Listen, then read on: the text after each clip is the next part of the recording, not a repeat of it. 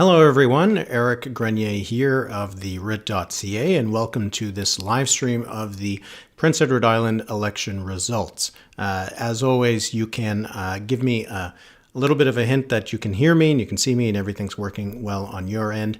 And throughout the night, and we'll be here for a couple hours at least probably, you can leave some questions, thoughts in the chat, and we can discuss some politics as we take a look at the results.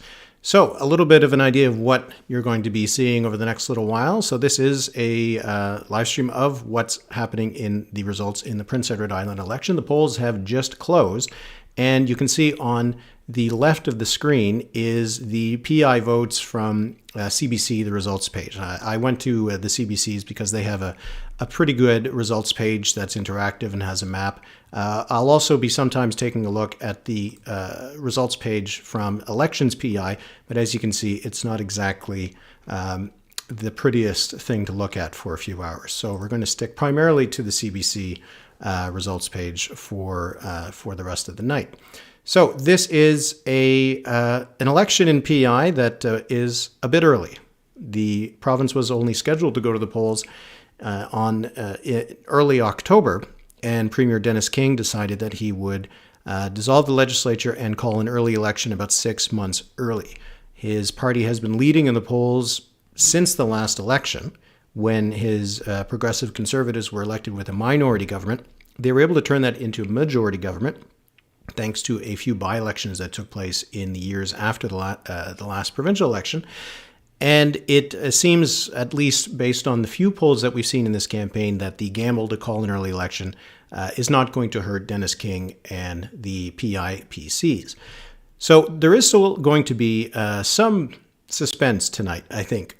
While the PCs were leading in all of the polls that were done over the last few years, and the few polls that we've seen in this campaign still give the PCs a lead of at least 20 points or around there. The intrigue is going to be what's going to happen for second place. That is going to be the real battle. We have Peter Bevan-Baker and the Greens, who surprised everybody by forming the official opposition in the 2019 election. The polls were suggesting that was possible. Some of the polls were even suggesting that the Greens could win. But in the end, they came up just short. They won 8 seats in the last election, but that was enough for official opposition in a legislature that only has 27 seats. The PCs were able to win 13 seats, and as I said, they were able to turn that into a majority by winning 2 by-elections at the expense of the Liberals that took place after the 2019 election. The Liberals only won 6 seats in the last election. They finished third, the first time that the PEI Liberals did not finish either first or second in any election in the history of the island. And the New Democrats didn't win any seats. They took 3% of the vote. But the real contest tonight is probably going to be for that official opposition role. Most of the polls have suggested over the last few years, but including it over the last few weeks as well, that the Greens and the Liberals have been more or less tied in the polls from the last election and in the few polls that we've seen during the last campaign. So the fight is really going to be between the Greens and the Liberals, and in some cases it's very literally between the Greens and the Liberals. One of the ridings, or the districts as often called in Prince Edward Island, that we'll be keeping an eye on in particular is District 17, that's New Haven, Rocky Point. This is the riding of Peter Bevan-Baker, the leader of the Greens, who is going up against Sharon Cameron, the leader of the Liberals.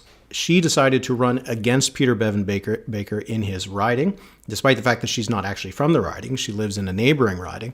But what it means is that either the Greens or the Liberals will be without a seat when the next legislature meets, and it's possible that neither of them will, because they could split the vote and the PCs might end up winning. So there is still going to be lots to watch here. How many seats can the PCs win? Can they actually pull off a sweep? There hasn't been a sweep in Prince Edward Island since 1935. That's the only time that's happened. We've seen a sweep a bit more recently in 1987 in New Brunswick. But with the kind of numbers that we saw in the polls, a sweep is not out of the question. If that doesn't happen, which is probably the more likely outcome, how many opposition members will there be? Who will it be? Either the Greens or the Liberals who will form the official opposition? Could the New Democrats win the second seat, their second seat in all of their history? They've only done it once. They did it in 1996. So there will be a couple things to watch. So we already have our first results coming in. Now, I knew that this was going to happen. I looked at what happened in the 2019 campaign, and it only took a few minutes for Elections PEI to report a few results. And we're already seeing that the PCs are ahead. There's 2 of 267 polls reporting across the island, and the PCs are already winning so far. And the ones that are reporting, as you can see on the map here, we got one result in Charlottetown Belvedere, and we have another result in Summerside South Drive. Now, the bad thing for the Greens is that both of these ridings were won by the Greens in the last election, and already with a single poll reporting, we're already seeing that the PCs are doing quite well in this riding here in Charlottetown, and in the riding in Summerside, we can see that as well. They're also doing quite well. So this is going to be probably a bad night for the rest of the parties. We'll see how far this is going to go, but we can already see at the beginning that things are going in the right direction for the PCs. With just 3 polls reporting, they're leading in all 3 of those polls. And if we look just at the Elections PEI website, we can see the same thing. They were getting some pretty strong results for the PCs. And just the size of these, let's take a look at this one, for example. These are the advanced polls. Okay, so that makes a lot of sense because there are a lot of votes in these. And it is the advanced poll that would have already been counted. So Elections PEI was able to report those results rather than start counting them when the polls closed. And so at the very least, what we're going to see in the early days or the early moments of this is going to be results from the advanced polls, which could set the tone for the rest of the night because the advanced polls are pretty big. And if in some of these ridings we're seeing that the PCs are already building a lead of a few hundred votes, it's going to be hard to overcome that lead as more of the votes are counted. All right, so just again to set us all up for what's happening tonight, we're watching the PEI election results. I have on the left side of the screen the results page from the CBC. It's just a nice looking page. I thought it would be a better thing to look at than the Elections PEI page, which has a lot of information but is not very visually compelling. So we're just going to go through the results, and in the chat you can leave any comments, you can leave any questions that you might have. And we don't need to just talk about PEI politics. If you have any questions about federal politics or anything like that, you can leave those as well. All right, so we do have 5 districts now reporting. Here's Alberton Bloomfield. And you have Ernie Hudson, who's the Minister of Health and Wellness. Well, CBC has even that listed there. That's really helpful. But he already has a lead of roughly 300 votes over Pat Murphy of the Liberals. Pat Murphy is a former MLA who used to be the MLA for this riding. So this is a bit of a rematch of the last election. And in Alberton Bloomfield, I have the results from the last election here. The PCs won this by 6 points. So they're already ahead by 20 points. In the advanced poll. So it gives you an idea of how rough it might be for some of the other parties. This is going to be an interesting one to watch. Tignish Palmer Road, which is at the tip of the island. Hal Perry, he is the Liberal incumbent, and he's held the riding for quite some time. He was actually originally elected as a progressive conservative a long time ago. But he is leading by roughly 22 points right now over the PC's April Delaney. This is a riding that he was able to win by 21 points last time. So he's maintaining the same kind of lead that he had then. But what's significant here is that there's no Green candidate. There are 2 ridings, 2 districts across the island where the Greens don't have a candidate. There's 2 ridings where the Liberals don't have a candidate. And in this riding, in Tignish Palmer Road, Greens had 21% of the vote. So that's a lot of the vote that's liberated, a lot of the non-PC vote. And it does seem, at least to date, that Hal Perry in Tignish Palmer Road is getting some of that vote right now. All right, so we also have our first Green on the map. We'll zoom in. And this is New Haven, Rocky Point. And look at that. It is actually just a tie. It is a literal tie. It's 644 votes for Peter Bevan-Baker, the leader of the Greens, and Donalda Docherty of the PCs, and she's a local bus driver. You can see that Sharon Cameron, the leader of the Liberals, way behind in 3rd place with only 18% of the vote. So we'll have to watch this one really closely, because if it continues like this and the PCs finish ahead, there's going to be a lot of Greens who think that Sharon Cameron cost Peter Bevan-Baker his seat and gave it over to the PCs. All right, so we're actually starting to get some good results here. Again, these are advanced polls for the most part because those can be counted first by Elections PEI. So we already have 8 districts reporting. The PCs are at 6. They have 53% of the vote. and 20% for the Greens, 22% for the Liberals so far out of the places that have been reporting. Now, to win a majority government in PEI, you just need 14 seats. So it's PCs are already well on their way. I mean, we'll see what's going to happen tonight, but I think it's pretty obvious that the PCs are going to end up winning another majority government. But I'm going to take a look at some of your questions now about the channel theme. The channel theme is actually on the YouTube channel. You can find it if you'd like to listen to the whole thing.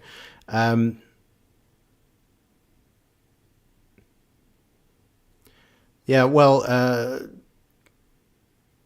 all right, so Eliza Palace saying how the Peter Bevan-Baker did better with the election day polls. So that'll be the thing to watch if he's going to be able to do that. Because if we look at his district here on the Elections PI website, it's District 17. Yeah, it is just the advanced poll so far. But boy, to be tied in the advanced poll, I mean, for the PCs, you know, party that has a good organization, the advanced poll is where you get your polls out, you get your voters out. So you would expect them to do pretty well. But we're already seeing right now that they're up in 11 ridings. 11 districts, I should say, have been reporting. And we got one for the Greens and one for the Liberals. But honestly, the CBC results page must be just awarding the incumbent the riding that's going to the Greens, because it is literally a tie. So it'd be more accurate to say, I think we got 9 for the PCs, 1 for the Liberals, and a tie between the Greens and the PCs. All right, we'll take a look again at some of these results. Okay, so I already looked at Tignish Palmer Road and Alberton Bloomfield. Here's Kensington Malpeque. Matthew McKay, who is the Minister of Social Development and Housing, 81% of the vote in the advanced poll. That's a 1,300 vote lead already. I think he is going to end up winning that seat. Kensington Malpeque is a riding that he was able to win by 37 points last time, so it is a pretty safe PC riding. But boy, that's a big number to put up in the advanced polls. This is going to be really problematic for the Greens. This is the Charlottetown area right here, and the Summerside area. And the Greens in the last election, what they did, they were able to win in the urban areas and add a few extra seats outside of the urban areas. But it was Charlottetown and Summerside that got the Greens to get the official opposition status. You look at Summerside South Drive, Barbara Ramsey is ahead of Steve Howard by a big margin there. You've got nearly 30 points separating the two. Summerside South Drive is a riding the Greens are able to win by 12 points over the Liberals. And right now they're behind by quite a bit in the advanced poll. We'll see what the E-Day polls look like. In Summerside Wilmot, Lynn Lund of the Greens also trailing, this time by about 23-24 points behind Tyler DeRoche. So that's another riding that the Greens are really going to be wanting to win. They won it by 7 points over the PCs last time, but already they're quite far behind. We'll keep going across the island here. So Charlottetown is really the place where both the Liberals and the Greens showed some strength in 2019. The polls at the end of the campaign didn't suggest they're doing that well, but Charlottetown-Brighton is really going to be one of the interesting ones to watch. And already Rob Lance of the PCs is off to a good start. He's got 47% of the vote. Rob Lance is a former leader of the PCs. He led them back in 2015, an election that the PCs didn't win, and Lance came just short of winning the seat in the last time that he ran. So it looks like he's this time going to have a much better chance of taking it. Janice Harper of the Greens is trailing behind. She's behind by about 18 points. Now, she is not an incumbent. This is a Liberal, a Green riding, but she is not the incumbent. She was able to defeat Oli Hammerland for the Green nomination in this seat. She is the Green candidate, and already she's behind. This is a riding, Charlottetown-Brighton. It was really close last time. The Greens won it by just 2 points, but that was over the Liberals. Sandra Sunil of the Liberals is trailing quite a bit. And Michelle Neill, the leader of the New Democratic Party there, has 6% of the vote. It was always going to be really tough for her to win this seat. The NDP just doesn't have that much of a base of support in parts of the province. She did pretty good in the leaders' debate earlier this week, or last week. But we'll see if she helps New Democrats elsewhere more than she helps herself to get a seat. Dan Rassicoat, how many people live in each riding. So there's 27 seats. Population of PEI is roughly 160,000. So here, I'll just do the math right here.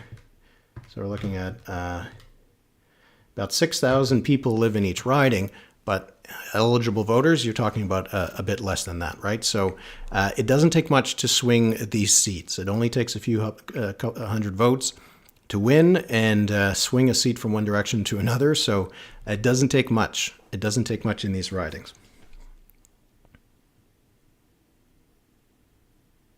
Anthony Jackson, do I see both party leaders staying on? For the Greens or the Liberals, I mean, for Sharon Cameron, I think if she doesn't win a seat, that's probably going to be it. It's hard to think that she could stay on or would want to. The Liberals had an interim leader in the legislature for most of the last 4 years, and it seems likely that that'll happen again if she doesn't win, which it looks like she'll have a real difficult time winning. For Peter Bevan-Baker, if he wins a seat, I assume he's going to stay on as leader. I don't think that the Greens will see this as a rebuke of his leadership or the party, more rather than an endorsement of Dennis King and the PCs, because, for the Greens, achieving official opposition status last time, I think, was unexpected, at least, if you think about it in terms of where the campaign had started. So I think for Peter Bevan-Baker, as long as he gets a seat, he can stay on as Green leader.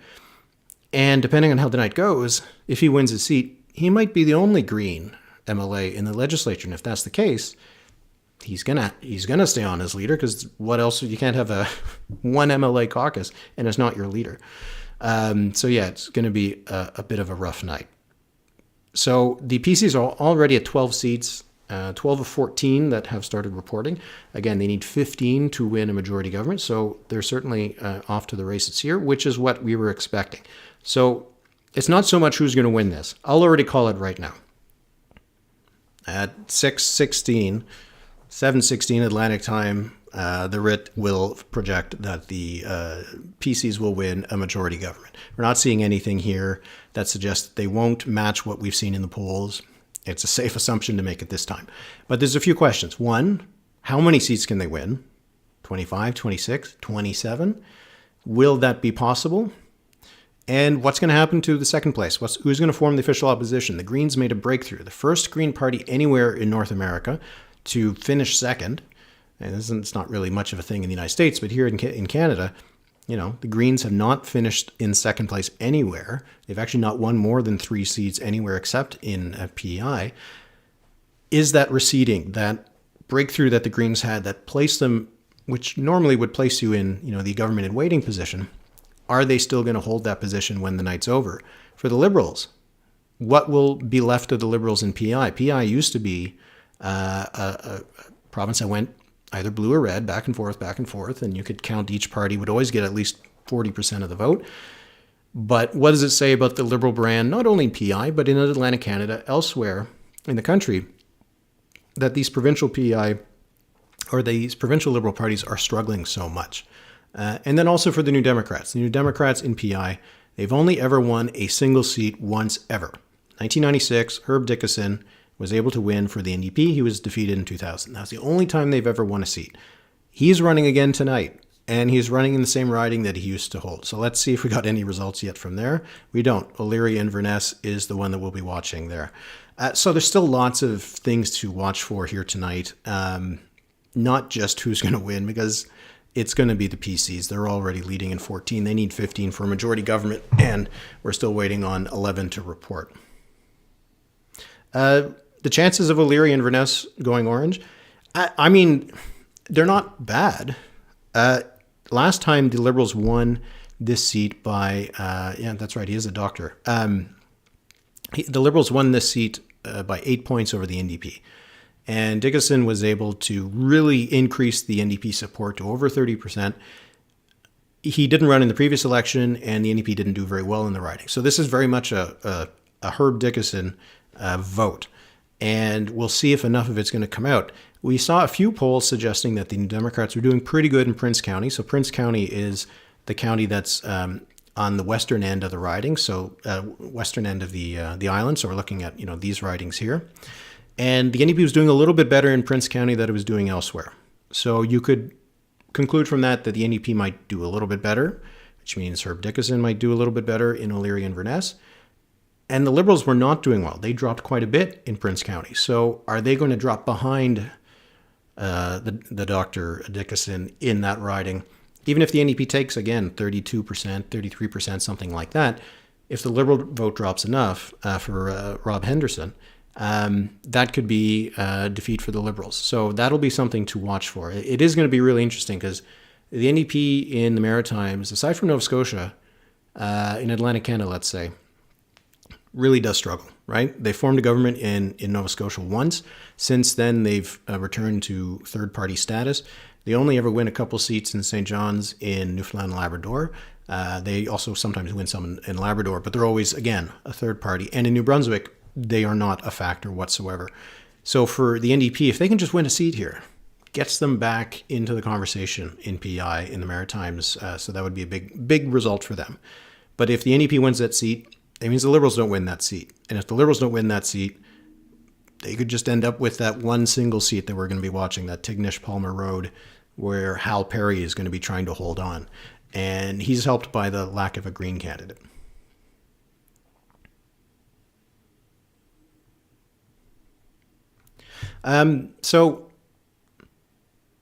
Oh yes, that's a good point by SA. The riding of Stanhope Marshfield. This is going to be a fun one to watch, I think. Not that Blois Thompson is probably going to lose when he's got 83% of the vote in the advanced poll. He already has an 800 vote lead, so he's going to win that. But this is the only riding where both the Liberals and the Greens don't have a candidate. So it is a straight blue versus orange fight. Blois Thompson, who is the Minister of Economic Growth, Tourism and Culture, is up against Marion White, who ran for the NDP last time, took 1%-ish of the vote, but now she's the only non-PC candidate. So how much of that vote is she going to get?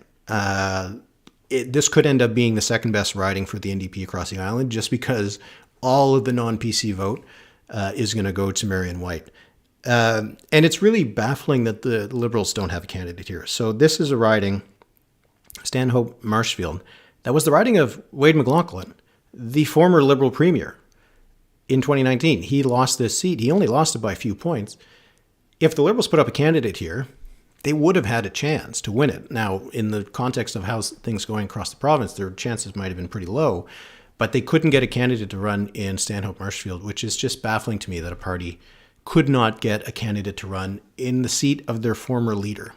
It is just a sign of the Liberals being really not organized for this campaign. The Greens also are missing two candidates, neither of which in ridings that they would have had a good shot of winning. But still, it's a sign that these two parties were not prepared for this election. And they did blame the early election call, but everybody knew this election was coming. Right? I had heard people talk about it last fall, that an election in the spring was likely. So undoubtedly, if I was hearing it all the way out here in Ottawa, people in Charlottetown would have been hearing it too. So the Liberals and the Greens really missed the boat in trying to get ready for this campaign.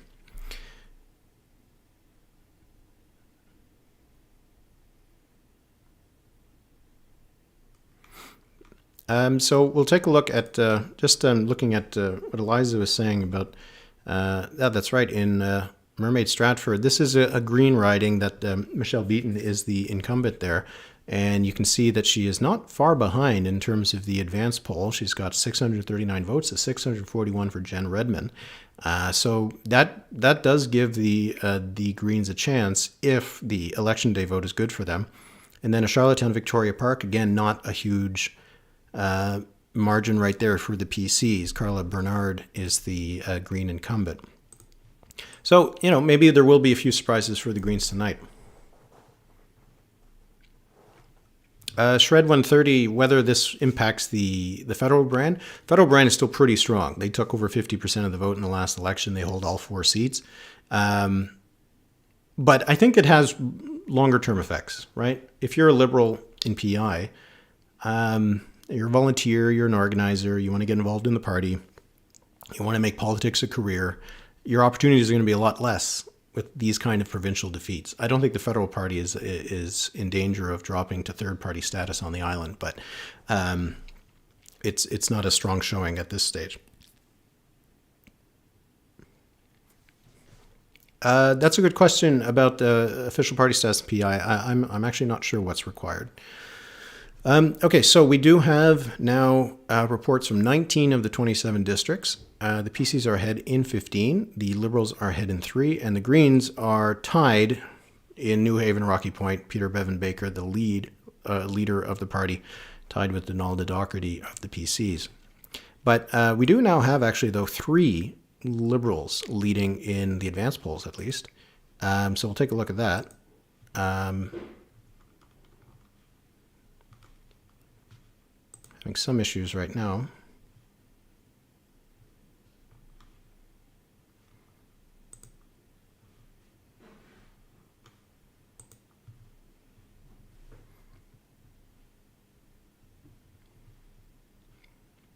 I don't know if you can hear me or not. I seem to be having an issue with my connection.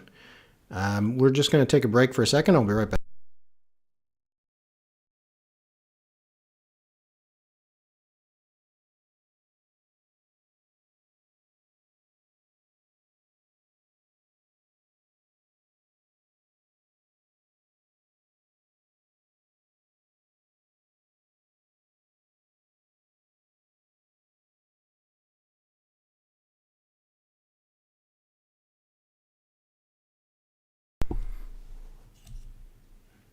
All right, I think we're okay again. Is everything okay? Let me know if you can see and hear me. Just for some reason, my page froze, and that didn't, but hopefully everything's back to normal. Okay, so I'll just wait till I get some comments on whether you can hear me or not. But anyway, we're waiting to get more results. Oh, there we go. Sylvius the Mad, only 1 seat required in PEI. By precedent. Well, the thing is, these are always by, this is always by the other parties agreeing to it. The same thing was happening in Quebec, where you needed to have at least 12 seats to get official party status, unless the other parties agreed to award it to you. PEI might be a little bit more collaborative than other parts of the country when it comes to that. All right, so we're back, and I can see that have your confirmation that everything is back to normal, so that's good. All right, so we're going to talk about the 3 Liberal ridings that we're seeing popping up on the screen now. So we got one here, O'Leary and Inverness. Okay, this is the one we were talking about. And Robert Henderson, who is the incumbent, he's held the riding for a long time, since 2007. He's ahead by 10 points over Dr. Herb Dickinson of the New Democrats. So it does seem that at least for these 2 parties, the vote's not moving very much. This is more or less matching the vote that we saw for these 2 candidates in the last election. But again, this is just the advance vote. Some of the advance vote would have come in, I believe, before the debate.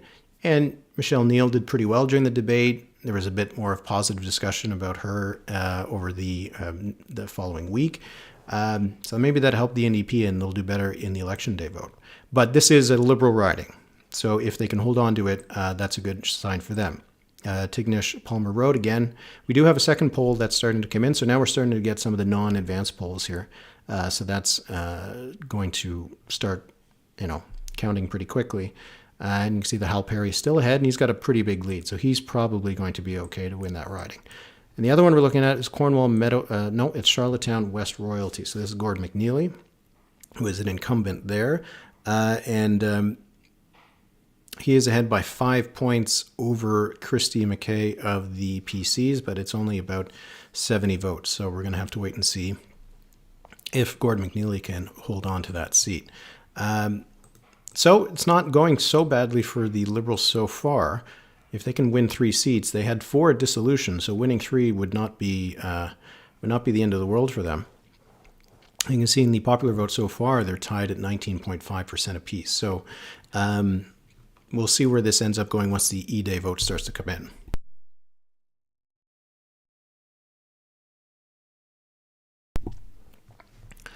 All right. So just while we're looking at the popular vote numbers right here, 56% for the PCs, we've got 20% for the Liberals and the Greens. how does that compare to some of the polls we saw? So there were 3 pollsters who had some numbers that were published at least some point during the campaign. The first poll was by Narrative Research. Now, this was done before the campaign. They did it in the second half of February and in the first couple of days of March, just before the election call. And they found 49% support for the PCs, 22% for the Greens, 19% for the Liberals, 9% for the NDP.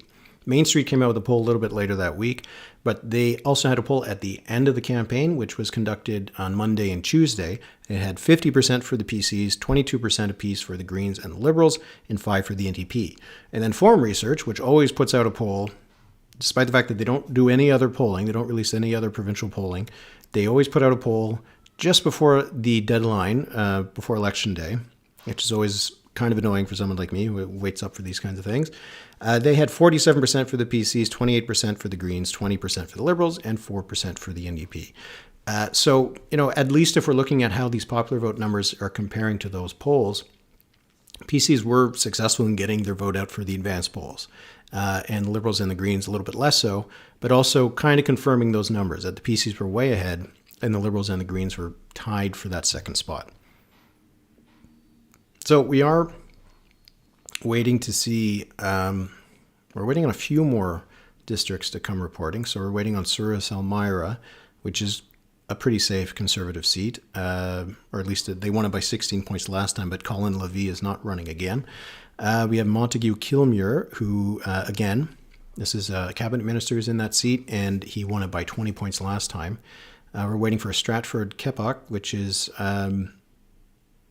again, going to be a riding that the PCs would expect to hold. They had it last time. Cornwall Meadowbank was a riding that was had a by-election a few years ago, and the PCs were able to win it by 7 points over the Liberals.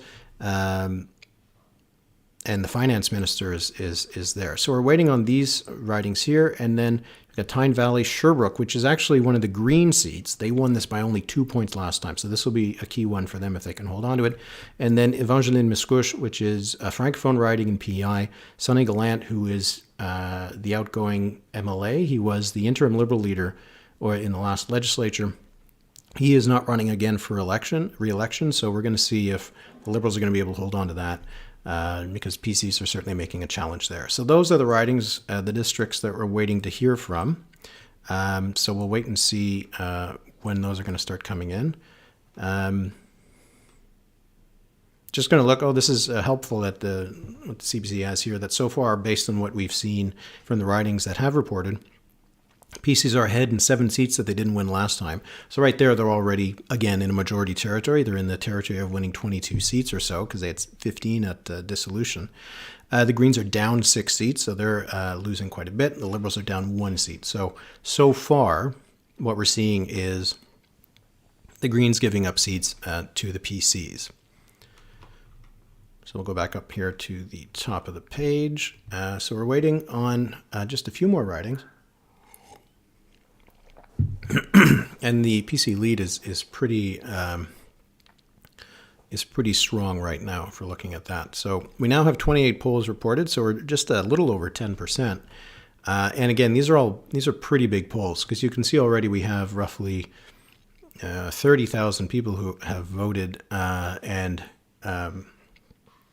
there's only going to be probably 90,000 people who vote. So we're already way ahead of, we've already got a lot of these votes. So while it's only 10% of the polls that are reporting, we're actually at the advanced poll number, which was somewhere around, if I'm not mistaken, 30, in the low 30%.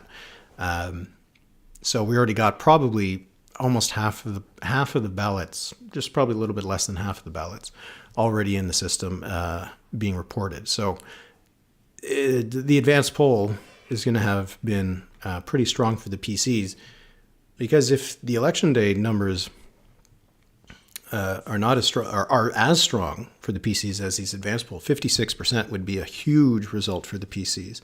I made some notes about past best results. The PCs once got 60% when they were the Conservatives in 1912.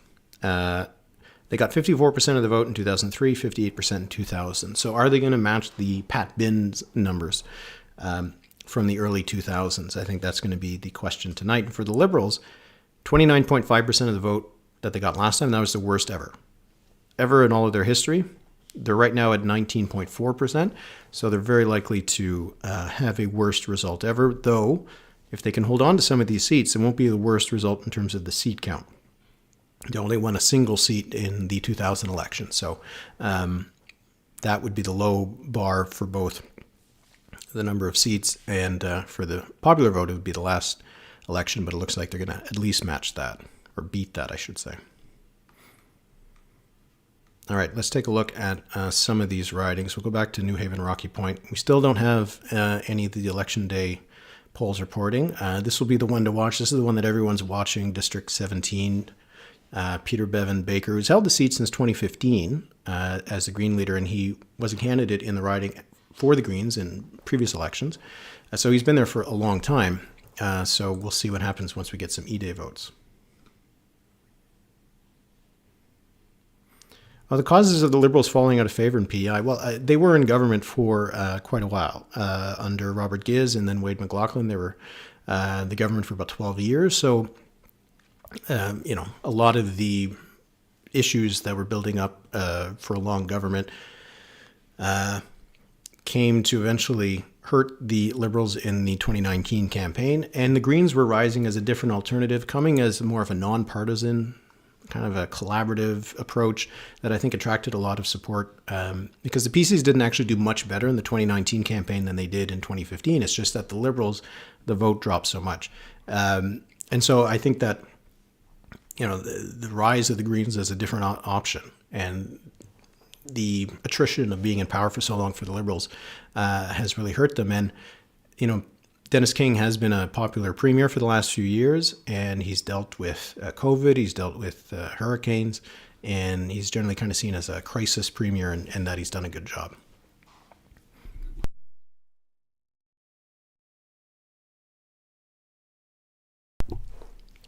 Twitch.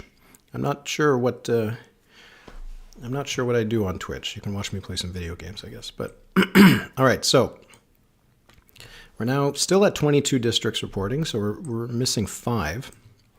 And, some of these are, these are pretty important ridings. Souris, Elmira, and Montague-Kilmuir, maybe Cornwall, Meadowbank are PC seats, but we have Tyne Valley, Sherbrooke, and Evangeline Miscouche, which are Green Liberal seats, so we'll see if they can hold on to them. And this is a different color. It's probably because he's been elected. Yeah, Matthew McKay, the CBC is projecting that he'll be the next MLA for Kensington-Malpeque. Seems a pretty safe bet. Take a look just at the...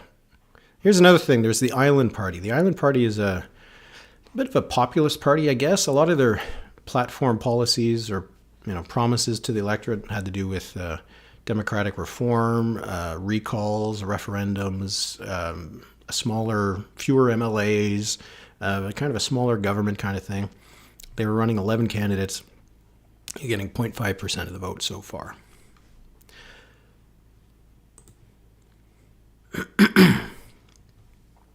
Yeah, that's right. Alexon, yeah, the PCs actually, their vote dropped. Yeah, I couldn't remember the exact number. I actually have them in front of me. So the PC vote has actually been dropping in every campaign since 2000. If you look back in 2007, they got 41%. 2011, they got 40. 2015, they got 37. And then 2019, they got just under 37, and they won. So it shows how it was more or less a split in the vote that helped elect the PC government back in 2019. That we're not seeing that tonight. Oh, thank you, Tara McGarry. I wasn't sure if it was pronounced the way they do in Manitoba, or is it pronounced the way it is in French? So Surrey.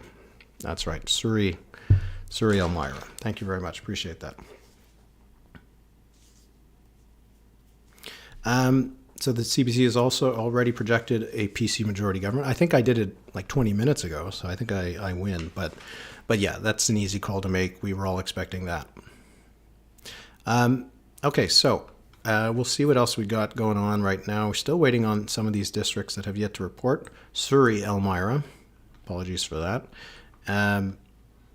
Cornwall, Meadowbank. Now, Cornwall, Meadowbank was supposed to be an interesting one to watch because it was won by Mark McLean in a by-election, and the Liberal candidate is well known in the area, so maybe the Liberals could be able to take it back. We're not seeing the Liberals doing badly in ridings that they are the incumbent. Gordon McNeely narrowly ahead in Charlottetown West Royalty, for example, and we have in O'Leary and Inverness, Robert Henderson narrowly ahead, well, a bit more comfortably ahead of the Dr. Dickinson in O'Leary and Inverness, and in Tignish Palmer Road, which is probably the lock for the Liberals, the one seat that they'll get, especially now that we see the 5 of 10 polls are reporting. He's up by 23 points. He's got a 400 vote lead. Hal Perry is probably going to be at least one Liberal in the legislature. That's what really puts the pressure on the Greens. Again, we're still waiting for the E-Day vote to come in for New Haven, Rocky Point, but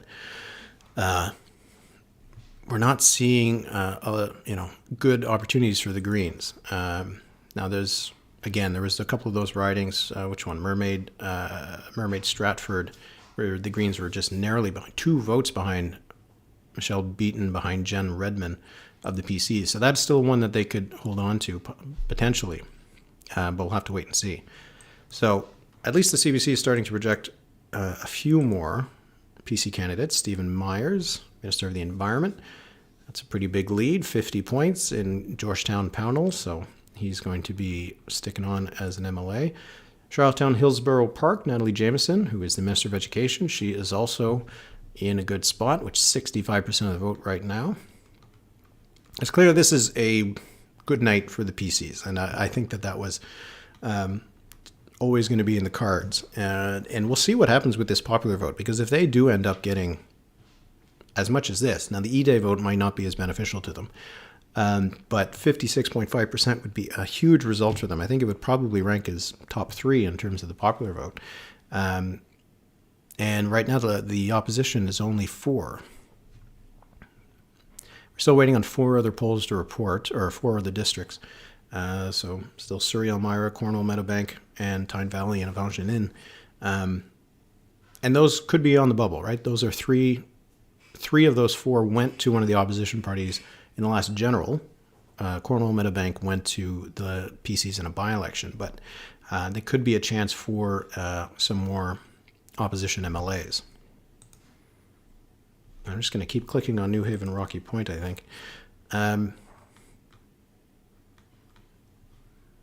So, for the New Democrats, we'll talk about them. O'Leary and Inverness, this is their one best shot. And you can see the margin's gotten a little bit tighter for Dr. Herb Dickinson against Robert Henderson. It's now less than 100 votes. That is a 3-way race. Look at that. The PCs are at 29%. So this would be one shot for them. Stanhope Marshfield, not really much of a shot, but this is the riding that's only PC versus NDP. NDP getting 18% of the vote. Marion White got just over 1% last time, so it shows how this is quite an increase for the NDP because there's no Green or Liberal candidate. And the other ridings to watch for them would be the ones in Charlottetown. So we got Charlottetown Brighton. Rob Lance, who's a former PC leader, was leading in the advanced poll over Janice Harper, the Green candidate. And Michelle Neill had 6% in the advanced poll. And then there was another riding. I'd have to look. There is this one. Charlottetown Victoria Park. Joe Byrne was a former NDP leader. He's only at 5% in Charlottetown Victoria Park. But that one's a close one. Look at that. Tim Kaiser of the PCs at 41%. And Carla Bernard of the Greens is at 40%. Only 21 votes separating the two. So that'll be one to watch. So this is actually... We'll take a look at the Elections PEI website because it's a bit easier to see what the margins are here. You can see that we're looking at District 5, which is Mermaid Stratford. That's one that's very close for the PCs and the Greens. District 7, there's only a very... Oh, wait, no. There's something strange with how that is being shown on the site. But anyway... Other ones that are pretty close, we've got District 12, to Charlottetown Victoria Park, the one we were just looking at.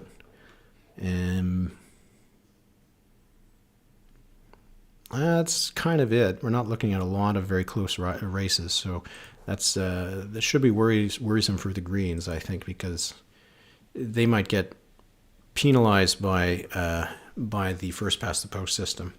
So why don't we do just a teeny little bit of a reset. Eric Grenier from the writ.ca. You should check out the writ.ca. I had an analysis of the PEI election, which looks like it's going to turn out to be pretty close to the mark after these results coming in.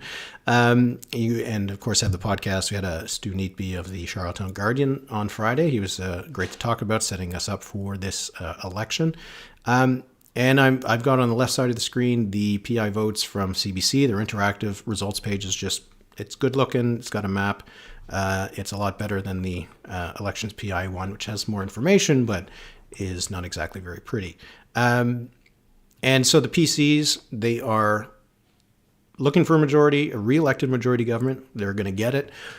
They won a minority back in 2019. They turned it into a majority with 2 by-election victories over the Liberals. The big shock in 2019, or the big surprise, was the rise of the Greens to official opposition status, a place that they have never been anywhere in Canada. Peter Bevan-Baker and the Greens were able to get to that spot in the last election. The Liberals dropped to 3rd.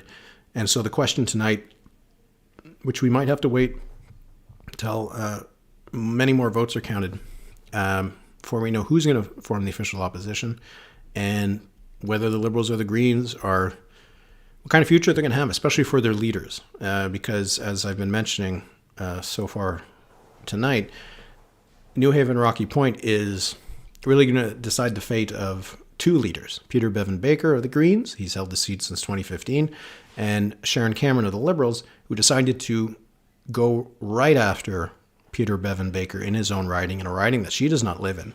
And it looks like, at least in the advance poll, that wasn't a good idea, but we'll see how it looks once more votes are counted. There's a question there by SA whether I had a prediction of how many seats. I didn't have an official prediction. I think the last time I did on every Wednesday on the Weekly Writ, which you can, if you subscribe to the website, you can get access to every Wednesday. I do sort of an estimate of how many seats each party would win in every provincial legislature and at the federal level if the election were held today. And the last time I did it, I had 25 seats for the PCs, but I didn't have any recent polling data. The polls that we saw from Main Street and then Forum, which came out on, I think it was Saturday and Sunday or Friday, Sunday, that was after my last update.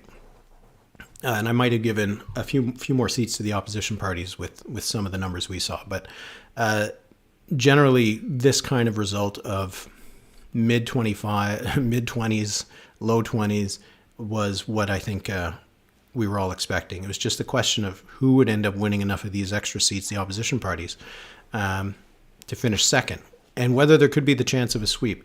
In the end, it does not look like that is a likely possibility, because O'Leary and Verness, oh wow, look, this is still getting closer. The PCs are now at second.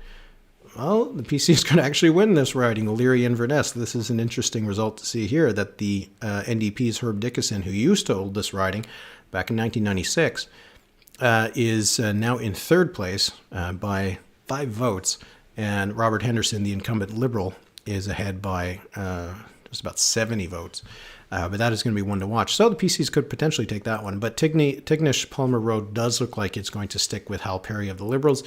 So that would mean that a sweep is not going to be in the cards. In terms of the other ridings that aren't going blue at the moment, we're still waiting on more votes to be counted in New Haven and Rocky Point. That's still a possibility. And a Charlottetown West Royalty, again, a very narrow lead for the Liberals in this riding. So, a 25-26 result is possible for the PCs, but we're probably ending up somewhere closer to maybe 23. But I think what we're seeing here, which is kind of interesting, is maybe some of the reflex of voting Liberal on the island, that the Greens, without having the same kind of roots that the Liberals have, are struggling in areas where they have incumbents more than the Liberals are. Because the Liberals only had 4 seats of dissolution, and right now they're leading in 3 of them. And the Greens had 6, and they're tied in 1. So it shows that it is a rougher road for the Greens.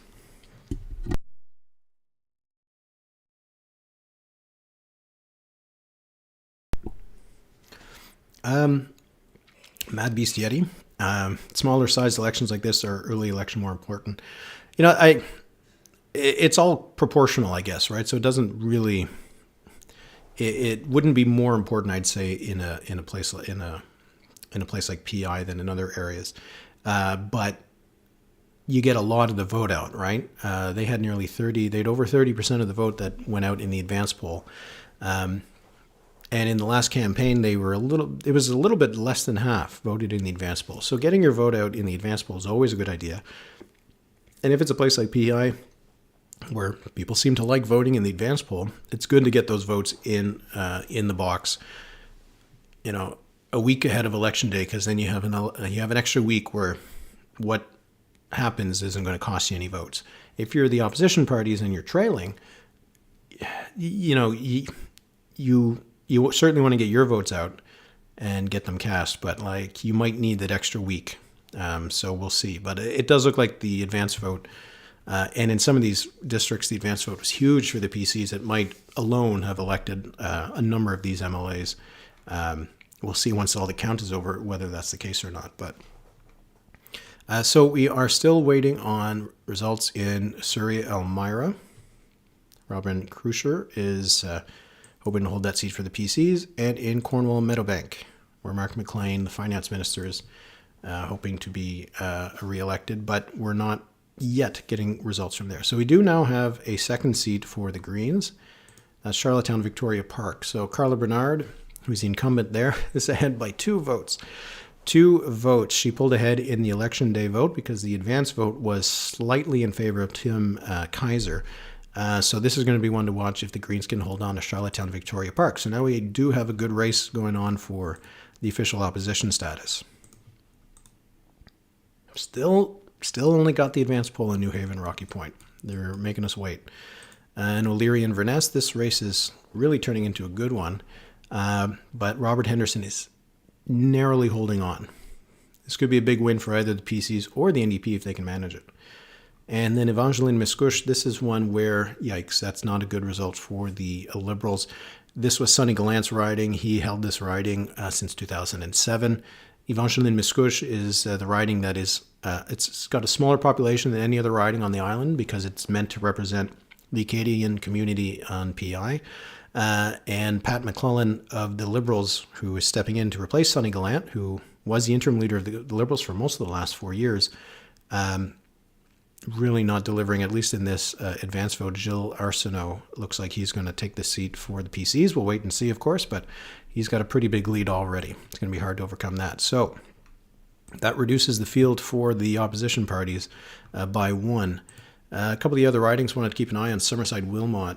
That's going to be tough for Lynn Lund of the Greens to hold on to. She's behind right now by over 20 points.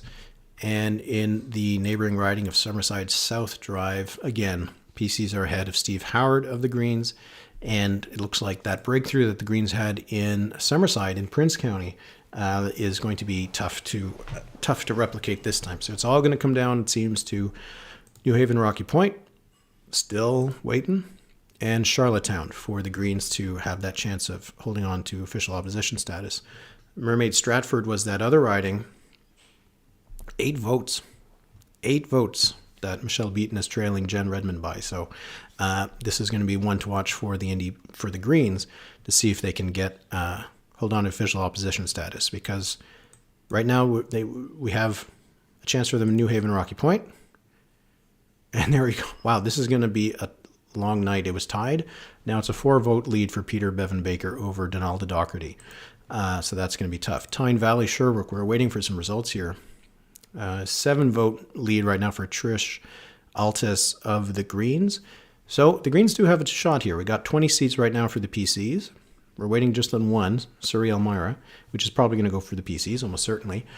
So we got 20 for the PCs, 3 for the Greens, and 3 for the Liberals. And you look at these Green ridings, you got a 7-vote lead, you got a 4-vote lead, and you have a 20-vote lead. That is not a lot for the Greens to be holding on to these. The Liberals, by comparison, CBC is already electing Hal Perry's going to win in Tignish Palmer Road, and O'Leary and Inverness, it's not a big lead, but it's at least a 50-ish vote lead. And then in Charlottetown West Royalty, it's again about 70 votes. So the Liberals are looking better in their 3 seats than the Greens are. So you'd have to give the edge right now to the Liberals to hold on to get that official opposition status. But it's going to come down to just a handful of votes. And when we're looking at the province-wide vote right now, PCs are still holding at 56.5%, and the Greens are at 19.5%. Still their second best ever. But the Liberals down at 18.4%. So compared to the last election, this is a 20-point jump for the PCs. That's enormous. That's just a big increase. And we have more or less a 10-point drop coming from both the Greens and the Liberals. So the PCs are getting from both parties. That's kind of a perfect storm for them in terms of what they would have wanted. And Mad Beast City, I'm sure you meant tied rather than a tired opposition, but I think the opposition is going to be pretty tired after this. There's no set rules for that. There's precedents. And the precedents aren't always clear. In some cases, the official opposition has gone to the incumbent official opposition. So who had it last time? There's sometimes when it's gone to the party that won more of the vote. So if it's tied, it could just come down to whatever the speaker in the Legislative Assembly decides is going to be the precedent, because there's not a clear precedent here in Canada. We've had a few different cases, and the decision has been different in each case. So it's not exactly clear to me. But if the Greens can win more vote and being the incumbent, they might have a better shot. But right now they're only ahead in 2 ridings because they've gone back behind in Tyne Valley, Sherbrooke, by about, just as I'm watching, she dropped, Trish Altus dropped behind Hilton McClellan now she's behind by about 90 votes. So that's looking less promising for the Greens. New Haven, Rocky Point, still only 2 votes counted, or 2 polls counted. Some of the other ones we're watching, Mermaid, Stratford, still looking pretty close. So you can see that the CBC has it here, a lot of this teal blue, which are all ridings that they've projected for the PCs. And they've already projected how many? Already projected 11. So we're just looking at the ones that aren't colored in. So we've got Alberton Bloomfield. Ernie Hudson is up by 19 points over Pat Murphy. So it looks like he will probably win re-election there. Evangeline Miscouche. Again, we only have the advanced poll, but Gilles Arsenault seems to be in a strong position. Tyne Valley, Sherbrooke. This one is still going to be one to watch, whether the Greens can take this one and hold on to it. Rustico, Emerald. Brad Trivers is ahead by a pretty significant margin. Again, only 2 polls counted, but this was a riding that the PCs were able to win by 30 points last time. So Cornwall, Meadowbank. We're waiting on some results here, and it does look like Mark McLean is off to a good start. After the advanced poll gets counted, he's ahead by about 32 percentage points. He's a Minister of Finance. This used to be a Liberal riding, so the Liberals are in 3rd. So that's not a good sign for them. Charlottetown, Winslow. Zach Bell of the PCs. Very strong result in the advanced poll. Charlottetown, Brighton. This is going to be really one to watch. Now, we do have some more votes counted. We didn't have them before.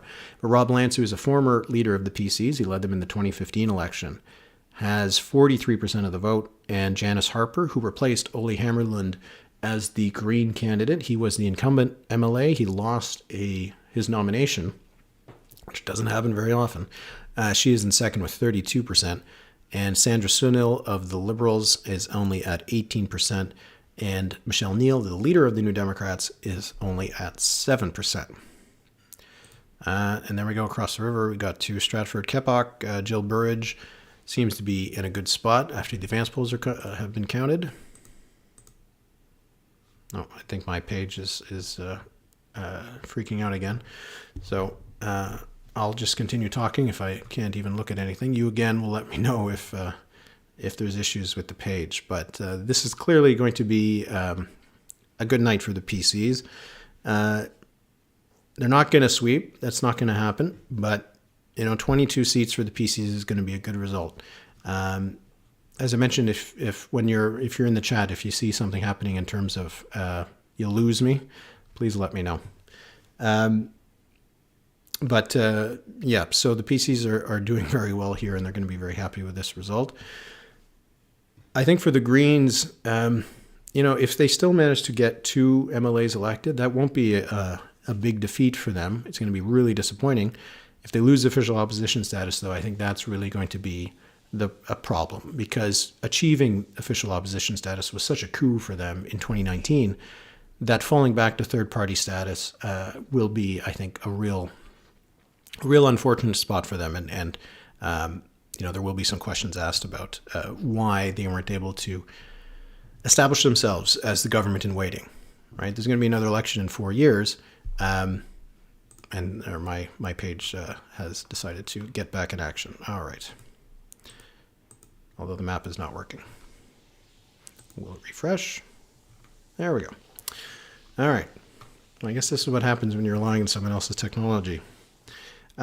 Just make sure everybody can hear me and everything's good. Just if someone can just put something in the chat, would appreciate it.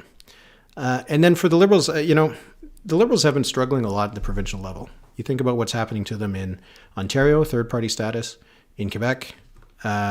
They managed to hold on to official opposition status, but they were 4th in the popular vote. You have the Saskatchewan Liberals, which are hardly a party anymore, but deciding to abandon that name. The BC Liberals doing the same thing. The Alberta Liberals got 1% of the vote in the last election.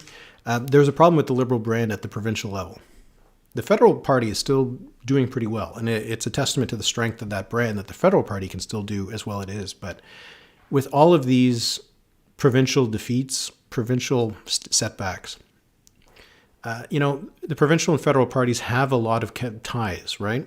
Not necessarily official. In Atlantic Canada, there is official ties between the parties, but it's the same. Often the same donors. It's often the same staffers. It's often the same volunteers. People who ran, who are MLAs or MPPs or MNAs or MHAs. They can be future MPs. Not having the strong cadre of a farm system is not good for the party, right? And if you look at conservative parties around the country, they're doing a lot better on that front. You could argue the NDP is also doing a lot better on that front too. So a little bit of a problem for the Liberals. Now, as goes PEI, so goes the country. Not exactly, but it is still something. It is a little bit of a data point that the Liberals need to start worrying about why their provincial parties aren't doing better. There's a cyclical aspect to this, but it still is a problem for the future.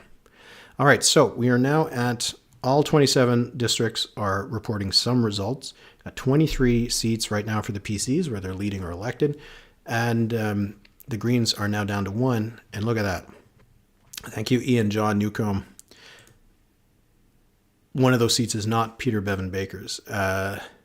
He is behind by 7 votes. Donalda Docherty of the PCs is at 41%. This is going to be... Now, 7 votes. There's still a lot of votes to be counted in this riding. But if Peter Bevan-Baker ends up losing this by a handful of votes, and Sharon Cameron of the Liberals gets 16% of the vote as she has right now, the Greens and the Liberals already don't like each other that much. They're really not going to like each other after this. There was no particular reason for Sharon Cameron to run in New Haven Rocky Point. It wasn't a riding that was promising for the Liberals. She would have had a better chance in a lot of other ridings getting herself into the legislature. And in the end, what could happen here is that Dennis King could end up being the only leader who wins a seat tonight. So, yeah, that is, Adam Keith, that is a big yikes. We'll see what happens. There's still 7 polls to report. So there's still, lots to come in. But right now, the only Green riding is right here in Charlottetown, Victoria Park. And it's a 53-vote lead for Carla Bernard over Tim Kaiser. So that's right now. This is what the NDP, the Greens are banking on to get themselves into the legislature.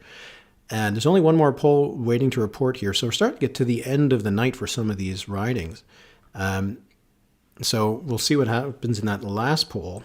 But that's going to be a big one. Which district was this? It was, did they have the number? They don't. Charlottetown. I'm not sure which number that is. I think this has not been updated. There you go. I think we're looking at number 12. That's right. Yeah, they're still waiting on poll number 7. She's won almost all the polls except for that advanced poll. Anyway, it's interesting to look at that. Okay, Mermaid Stratford. We were looking at that one earlier. This is one now where the Greens have a potential to get a second seat. Michelle Beaton is 21 votes ahead of Jen Redmond of the PCs right now. So that could save the furniture a little bit for the Greens. We'll see what happens in New Haven Rocky Point. Waiting on some more votes to be counted there. 22 votes lead for Donald Doherty where it stands. And just let's take another look at O'Leary and Inverness, how the NDP is doing. Dr. Herb Dickinson is still in 3rd place, so doesn't look like this is going to happen for him. 10 of 11 polls reporting, so it looks like Robert Henderson is going to survive this one once more. And that could be 2 Liberal seats, and it means 0 NDP seats, because the only shots the NDP really had was in O'Leary and Inverness. Stanhope Marshfield, they kind of had a shot because they're the only other party going up against the PCs. 20% of the vote, a really strong result for the NDP in this riding. Now we got a complete result here, 10 polls reporting. But and then the other one we were looking at was Charlottetown Brighton, where Michelle Neill is running, and the NDP is not getting close there. And we have final results here, 10 for 10 in this riding. So it does look like we're getting pretty close to the end here.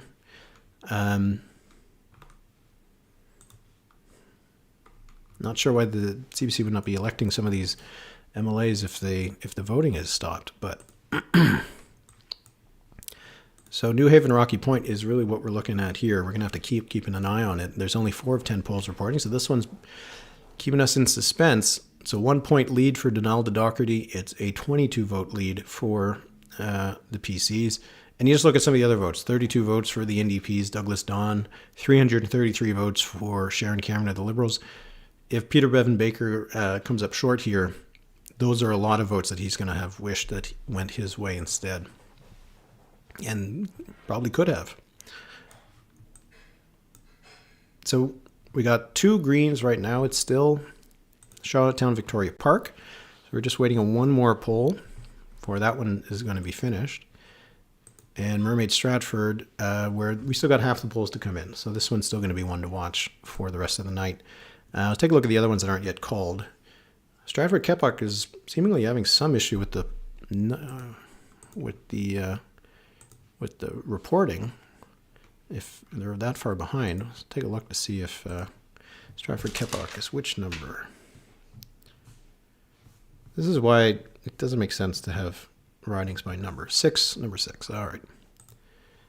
Yeah, they haven't counted any of the E-Day vote yet, so that's going to be one that we're going to have to watch. But it's riding the PCs won by, if I can just find it again in my list here, they won it by 13 points last time, so they're probably going to win it again this time. We've got that one that we're still waiting on. So we've got Surrey Elmira, half the polls, but this is a pretty safe PC seat, so that's going to stick with the PCs. Mermaid Stratford, that's the one we're going to watch. The Greens are going to be keeping an eye on that one. Stratford Keppoch, we're waiting on some results there. Charlottetown Victoria Park, Carla Bernard. Wait what that last poll shows. Charlottetown Winslow, Zach Bell, still only at the advanced poll there, but that looks pretty safe for him. Gordon McNelly is ahead by about 130 votes. Nearly half the polls are reporting, so he's not in a bad spot. Mark McLean, just got the advanced poll there. So we're at very different stages here. 4 of 10 polls reporting in New Haven Rocky Point. Tyne Valley Sherbrooke, this was a green riding, and with 8 of 10 polls reporting and a gap of about 230 votes, that looks like it's going to be pretty tough for the Greens to hold on to that. So our opportunities are getting few and far between if we're looking at this. So right now, the Liberals seem likely that they can hold on to O'Leary and Inverness. There's still one poll we're waiting to get. Charlottetown West Royalty, still a lot of votes to count there, but they're not doing badly. So the Liberals seem to be okay to win 3 seats. And that's probably going to be enough to win official opposition status, unless the Greens can hold on and come ahead in New Haven, Rocky Point, but also hold on in Mermaid, Stratford, and Charlottetown, Victoria Park. So, yeah, we're still waiting to see what's going to happen there.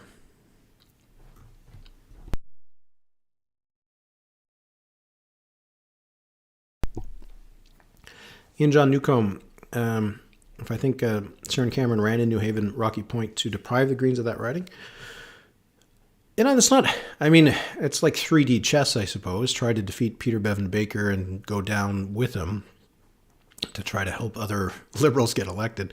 It seems to be a bit too complicated, in my view. I don't think that would be a very sensible strategy, but it could have been. I think if we just take the simplest answer, it was that the Liberals wanted to make this, that they knew they weren't really going to be vying for government, that wasn't going to happen this time, that the only way to get to government in the future was to go through the Greens. So they're going to try to take out the Greens in any way possible. And Sharon Cameron running against Peter Bevan-Baker in his own riding was a strong signal that they were gunning for the Greens, primarily. And if you watched the debate last week, that was kind of the dynamic. So I think that was the goal. And in the end, if you look at how the numbers are, if it ends up being like this, 22, 3, and 2, if Cameron had run in another riding and lost, politics isn't very sensible, but if Cameron had run in a different riding and lost, but Peter Bevan-Baker had won, then you'd be at 3 and 3, and then he'd probably be official opposition status. So in the end, it could end up working out brilliantly, even if it wasn't the intent. But it's working out for the Liberals so far.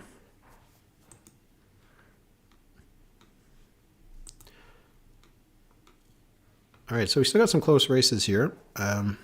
This is really, I think, the main thing, gains and losses. You've got 9 seats picked up by the PCs, 3 losses for the Liberals, 6 losses for the Greens. In terms of the popular vote, the PCs are up about 20 points, and both the Liberals and the Greens are down about 10 points. So the votes are coming equally from the Liberals and the Greens, but the seats are coming primarily from the Greens. So that's a rough result for the Green Party. But yeah, if we're just looking at some of these close races, New Haven, Rocky Point, that's the big one. Peter Bevan-Baker is fighting for his life, 22 votes behind. Mermaid, Stratford, the Greens are ahead by 21 votes. Charlottetown, Victoria Park, the Greens are ahead by 53. And then after that, I think we're starting to get into areas that are technically close, but probably pretty safe. So we're starting to look at really whether the Greens are going to... It's really comes down to these 3 ridings, Mermaid, Stratford, New Haven, Rocky Point, Charlottetown, Victoria Park. If the Greens can hold on to all 3, they probably get official opposition status. But they could end up, based on these margins, with 0 or 1 or 2. So it could end up being a really rough showing for the Greens if they end up being second place in the vote, but they don't win a single seat. That would be a result that I'm sure would excite electoral reform enthusiasts.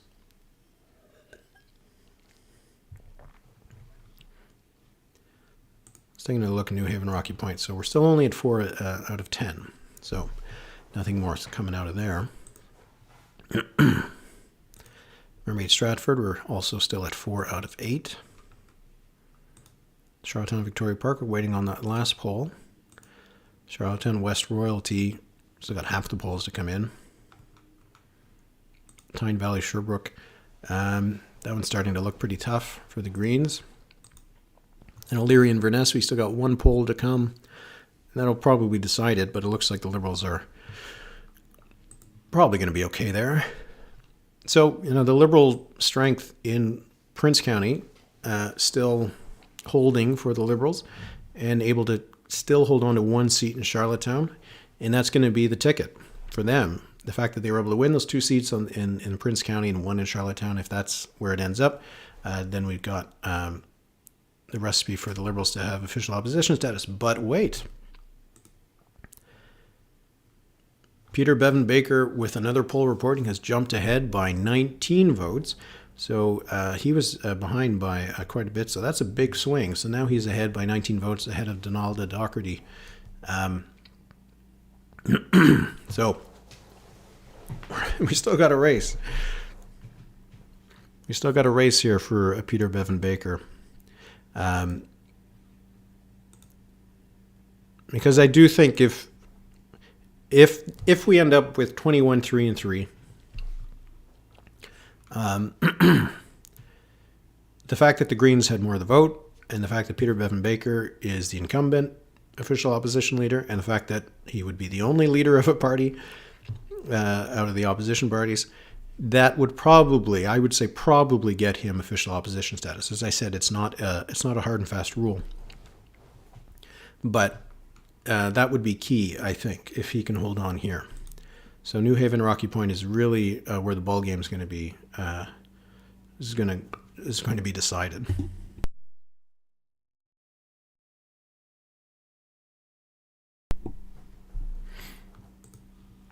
So we're going to be watching District 17 is going to be a key one to watch. And it's probably going to decide who's going to form the official opposition, which I think we always knew. We always knew that when Sharon Cameron and Peter Bevan-Baker were going to be going up against each other in this riding, that it was going to decide who was going to be official opposition leader, though it isn't going to end up being Sharon Cameron if the Liberals manage it. Someone else is going to have to take up that role in the legislature at least, because if Sharon Cameron doesn't resign, when she loses, which she will, she's too far behind, we'll see what happens with the Liberals. Maybe they'll have another 3 years of an interim leader.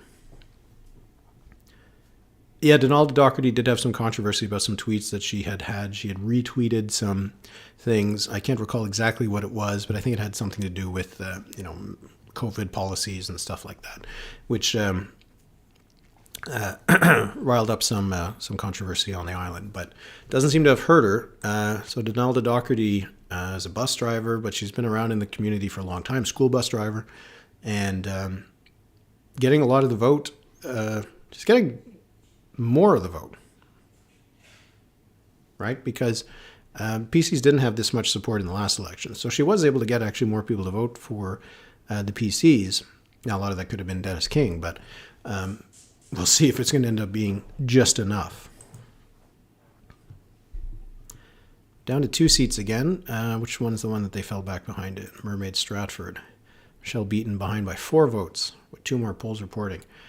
Boy, these seats are... I'm not sure what the recount threshold is in PEI, but some of these could go to a recount.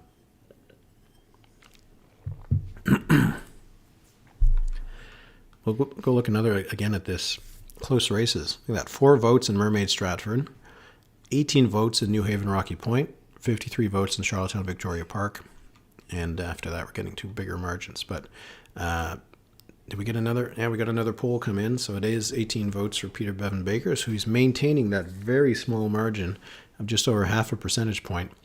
So this one could go down to the wire. It's been tied the entire time, right? Because it was a literal tie in the advanced poll. And then Donalda Doherty was ahead by, I can't remember exactly what it was, but it wasn't very many votes. And now Peter Bevan-Baker is holding on by 18 votes. But if the Greens aren't able to hold on in Mermaid Stratford, again, they're only behind by 4, but if they end up with 2 seats, that's probably not going to be official opposition status. Might go to the Liberals if Gordon McNally can hold on. He's ahead by 130 votes. That seems pretty good for them. Leary and Verness are still waiting on that last poll, but the gap is over 100 votes for Robert Henderson. So it does seem very likely that the Liberals are going to win 3, because they don't seem to be close behind in any other seats.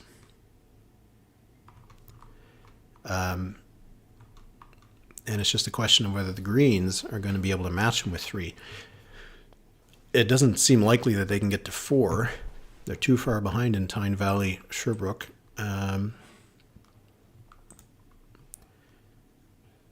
would be their chance there. But there's really not a 4th option for them anywhere on the map. So it is going to come down to whether they get to 3 seats. Now, if Peter Bevan-Baker is able to hold on to his riding of New Haven Rocky Point, then he'll remain as leader, presumably, but just the leader of the 3rd party. Yeah, Eliza Palace, that's a good point. A lot of these ridings are going to be decided by tiny. Like if we look at it right now, if the right now the two seats that the Greens have, they're winning them by a grand total of 71 votes. That's not a lot.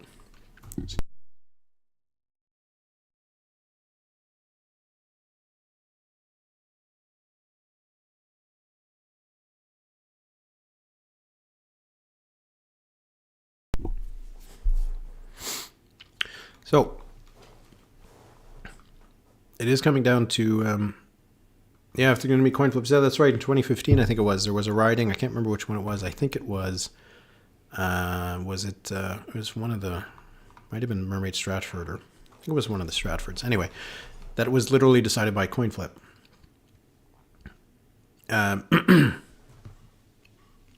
Which could decide the official opposition, which has happened well, not official opposition, but in Yukon, there was a riding that was decided by a coin flip, and the result ensured that the Liberals and the NDP had enough seats to form a government there, which they have done in Yukon since the last territorial election. All right, so we're at 220 of 267 polls reporting, which is quite a lot. We're really far into the count, 82% of the polls. I wonder if we have a turnout estimate right now on the PEI website. We don't, not on this. But if anybody has heard what the turnout has been or is estimated to be, let me know. It was 76% last time. It was 82% 2015, 77 in 2011, 84% 2007. So I don't think we're likely to reach that based on what I saw before. Based on what I saw before the day was up, but with all these votes counted, you got 56% of the vote for the PCs, which is an enormous amount. The last time they had 56% was in, looking at my notes here, they had 58% in 2000. So this would be their best result in terms of popular vote in over 20 years. And in terms of their seat count, if they can end up winning 22, that again is going to be kind of matching where they were back during the Pat Binns years. But for the Greens, 20.7%, looks like they're in a good spot to finish second in the vote, but it's not going to be easy for them to finish second in the seats. It's still a good result for the Greens if you think about the fact that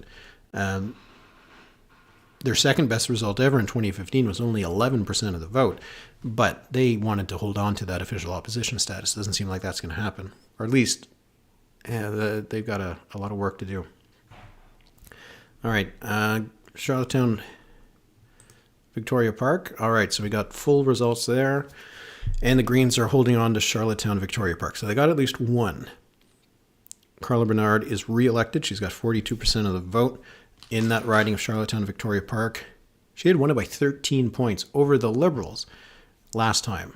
The margin between the Liberals and the Greens this time was 30 points. So it just shows how a lot of that Liberal vote must have gone to the PCs. But that's at least one seat for the Greens. The question is, will they get 2? Will they get 3? Right now, their second seat is New Haven, Rocky Point. Peter Bevan-Baker of the Greens still up by 18 votes. Haven't gotten an update there. And their best hope for a third riding remains Mermaid Stratford. Oh, and just as I was looking at it, they lost it. We got full results for Mermaid Stratford. Jen Redmond wins by a margin of 38 votes over Michelle Beaton, and that's going to be a stinging loss. And I think that seals the deal for the Greens in terms of their ability to hold on to official opposition status, because it doesn't look like they're going to reach 3. They're going to be stuck at 2, and that'll be all she wrote. The PCs looking like they're going to win this by a little over a point. They lost it by 7 points. So that's a 8-point swing toward the PCs in this riding, and that is going to seal the fate for the Greens, I think. because the only other option would be for the Liberals to lose one of these two seats. Still possibility they could lose in O'Leary and Inverness and Charlottetown West Royalty. Still a possibility. That's not a huge margin for Gord McNeely, but it's still not a bad margin. So it looks like the Liberals are in a strong position to hold on to official opposition status, and it'll really come down to what's going to happen to Peter Bevan-Baker. Still got 4 polls to report, so we're going to be waiting on these. So this is where our focus now. We got New Haven, Rocky Point, Mermaid Stratford's been decided, Charlottetown Victoria Park has been decided, and it's just O'Leary Inverness and Charlottetown West Royalty. What's going to happen to the opposition parties? Let me take another moment here to reset, I guess. So this is Prince Edward Island's election. The PCs have successfully re-elected their majority government. They won a minority in 2019. They turned it into a majority thanks to some by-elections. And now they got another majority government with a big, big mandate of at least 22 seats and well over 50% of the vote. That's a big victory for Dennis King and the PCs. They called the election 6 months early. They took a gamble doing that. Didn't cost them a thing because this kind of support that we're seeing, 56% of the vote, that was not something that they frequently achieved in the polls. So a really strong showing for them. And both the Greens and the Liberals really taking a hit, both of them down by about 10 points as the PCs gain about 20. But for the Greens, they had 8 seats of dissolution. They're now down to 2. That's a big drop. The Liberals had 4 seats of dissolution. They're down to 3. So they've only lost 1 seat out of all of this. And it's the Greens who are really losing. They've lost their foothold they had in Summerside, both of those seats going to the PCs. Barb Ramsey of the PCs defeats Steve Howard, and Tyler DeRoche of the PCs defeats Lynn Lund. And Charlottetown largely went to the PCs. Look at this. Rob Lance, former PC leader in 2015, successfully gets back into the legislature. He just came short in 2015. He will be in the legislature. You can imagine that he, as a former leader, probably has a good shot at winning a cabinet seat. 7% for Michelle Neill of the New Democrats, who's the leader there. Charlottetown Belvedere, the PCs were able to take that from the Greens, and they're also able to be reelected in Charlottetown Winslow and in Charlottetown Hillsborough Park.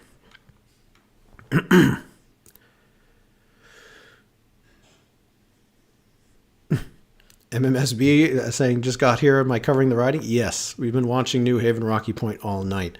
And so far, Peter Bevan-Baker is holding on by 18 votes over Donalda Docherty, not of the Liberals, but of the PCs. Sharon Cameron of the Liberals is in a distant 3rd place. So her all-in bet to try to win this seat from the Green leader has failed.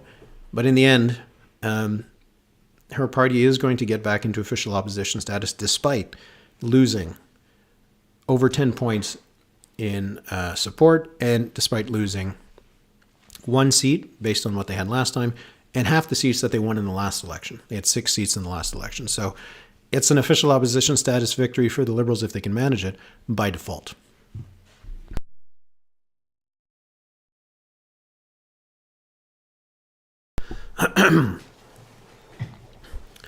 Mario S., last 2 provincial elections were lame, literally just opposition parties fighting for 2nd place. It's an interesting point because that's true. That's what happened in Ontario. That's what happened in Quebec. I don't know if it's coincidence or not. We're not going to have that in the rest of the year. Alberta's election, which is taking place at the end of May, is going to be a pretty good bare-knuckled fight between the UCP and the New Democrats. And then in Manitoba, which is happening in October, a really good shot for the New Democrats to take government and defeat the PCs there. But yeah, these last few have been very, very good for incumbents. Last year was a good year for incumbents in general. But yeah. Okay, so the only ridings right now Oh, that's an interesting point, Eliza. That's true. In Ontario, the Liberals won more votes than the New Democrats, but a lot fewer seats, and so they were the third party. In Quebec, the Liberals finished fourth in the popular vote, behind Québec Solidaire and the Parti Québécois, and still got to win official opposition status. And here, it looks like the Liberals will form official opposition status despite getting fewer votes than the Greens. So, especially in a place like PEI, which has been so close to electoral reform in the last few elections, they've had referendums, there's been lots of discussion about it. To have a kind of result like this, where, if the PCs end up with 22 seats, that's 81% of the seats with 56% of the vote. It's a majority government that's going to get the support of the majority of Islanders, but nevertheless, and the fact that the Greens coming up short in terms of the seats, despite getting more votes than the Liberals. But that's the way the cookie crumbles, I guess. Oh, we got some more polls that came in. Okay, that's starting to open up for Peter Bevan-Baker. Just 2 more polls to report, and his lead has now increased to 91 votes. So that's the biggest margin we've seen all night for Peter Bevan-Baker. So that could at least secure the fact that he'll remain as Green leader for the foreseeable future, but it doesn't look like he will be able to retain official opposition status. To get it now, he would need the Liberals to drop a seat, because the Greens aren't in contention for a third seat right now. He needs the Liberals to drop down to 2. Robert Henderson still leading in O'Leary and Verness by over 100 votes over Daniel MacDonald of the PCs. And that is going to be one riding that could decide whether the Liberals get to finish in second in the seat. And Charlottetown West Royalty, we're down to 1 poll there, and it is a lead of over 150 votes for Gordon McNeely over Christy McKay. So it seems likely that the Liberals are going to end up with 3 seats, and the Greens might just end up with 2. And then we got another poll for Peter Bevan-Baker, and his lead has now opened up to over 100 votes. So it does look like he will remain as the MLA. We'll wait till that last poll starts reporting. I think that's will be what our focus will be for the next little bit.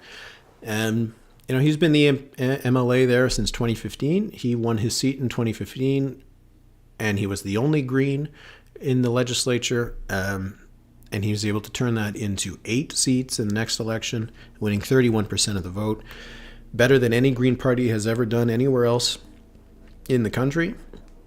No other Green Party has ever gotten it even close to 20%. To get 31% in official opposition status was a big, big breakthrough for the Greens in 2019. But taking a step back tonight, because the Greens are going to end up, it looks like, probably in third-party status with only 2 seats, a place that they were for quite a while. After the 2015 election, Hannah Bell was able to win a by-election for the Greens, get them up to 2 seats. But it looks like they're going to go back to 2 seats, barring this last poll going badly for the Greens. And we're still going to be waiting to see what's going to happen in Charlottetown West Royalty and O'Leary Inverness, which is what could decide who's going to be finishing in second place. Greens in second in Cornwall Meadowbrook. Yep, they are. I think there's going to be a lot of seconds for the Greens. If you think about, like, Summerside was a strong result for them last time. Second place in the 2 Summerside ridings. Second place in Tyne Valley, Sherbrooke, where they were the incumbent. Second place in Mermaid, Stratford, by just 38 votes. So the Greens still are setting a base that they can build on next time. But you lose that status, the resources, by not being official opposition leader, so that's going to hurt. Okay, so we do have final results, it looks like, in Charlottetown West Royalty. So Gordon McNeely will be reelected. He wins that seat by just over 150 votes. So that's going to decide that. Charlottetown West Royalty was a riding that the Liberals were able to win by 4 points over the Greens last time. So it shows again that a lot of these swings are pretty significant. That the Green versus Liberal margin here is 34 points. It was only 4 points last time. So a lot of the vote went to the PCs. Whether it was the Green vote that went to the PCs, that some Green vote went to the Liberals and Liberal vote to the PCs, it's hard to know, but that is a big swing. Oh, and now we're also final results in New Haven, Rocky Point. So Peter Bevan-Baker will be elected. It was a close one for him, 106 vote margin. That's not a big one. He won this seat in 2019 by a gaping margin of 23 points over the PCs. Now he's going to win it by 3 over Donalda Docherty. So Sharon Cameron loses in her bid to become the leader of the Liberals in the legislature. She's going to either have to resign or try to lead the party from outside the legislature, but that gamble failed, and it didn't also defeat Peter Bevan-Baker, so a miss on both counts. But because she ran there, Bevan-Baker had to spend a lot of time in the riding, and a lot of Green candidates probably could have used him knocking on some doors in their ridings, but that didn't happen. So we are just down to this one riding that has yet to be called, which is, we still got 2 that are waiting. Surrey Elmira as well is still waiting, but that looks like that's going to stick with the PCs. We're still waiting for O'Leary Inverness. That's the last riding here. Yeah, MMSB, that's true. The parties in PEI aren't that different from one another. They're all clustered around the center. On some ways, the Liberals are to the right of the PCs, and other ways the Greens are, a centrist party and not to the left. So, a lot of the voting in PEI has tended to be, just cyclical. You vote for the PCs for a while, then you swing over to the Liberals, then you go back to the PCs. The rise of the Greens has really kind of shaken up elections on the island, but some of these old habits aren't dying hard, because we're not seeing the Greens pick up any seats that they didn't already hold. We're not seeing the Liberals pick up any seats that they didn't already hold. It's all just whether the PCs are able to go in, take a huge chunk of the vote. Some of the swings we're seeing is enormous, 10, 20, 30 points for the PCs. So they really have positioned themselves in a very strong position to be, the consensus option.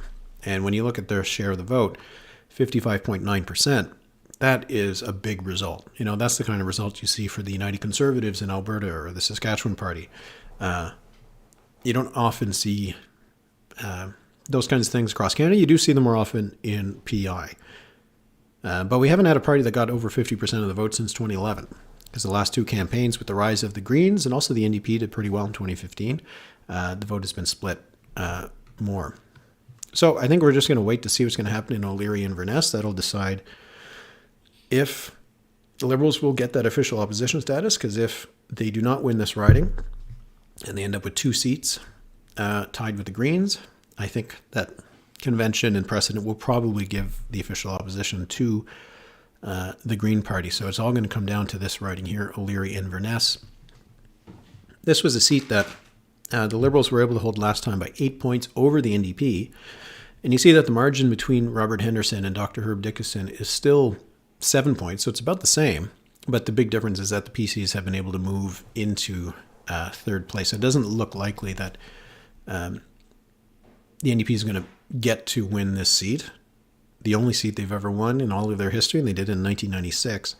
But the question is whether this last poll we're waiting for, because we're at 10 and 11, is going to go enough to Daniel McDonald to flip this seat. That seems unlikely, but that is what we're going to be looking for. We'll take a look at this last.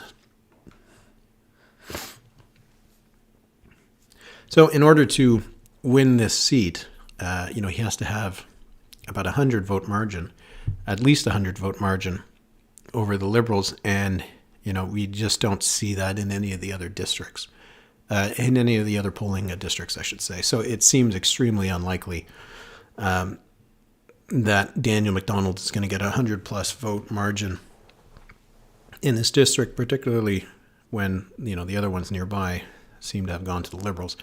But we'll wait to see what's going to happen there.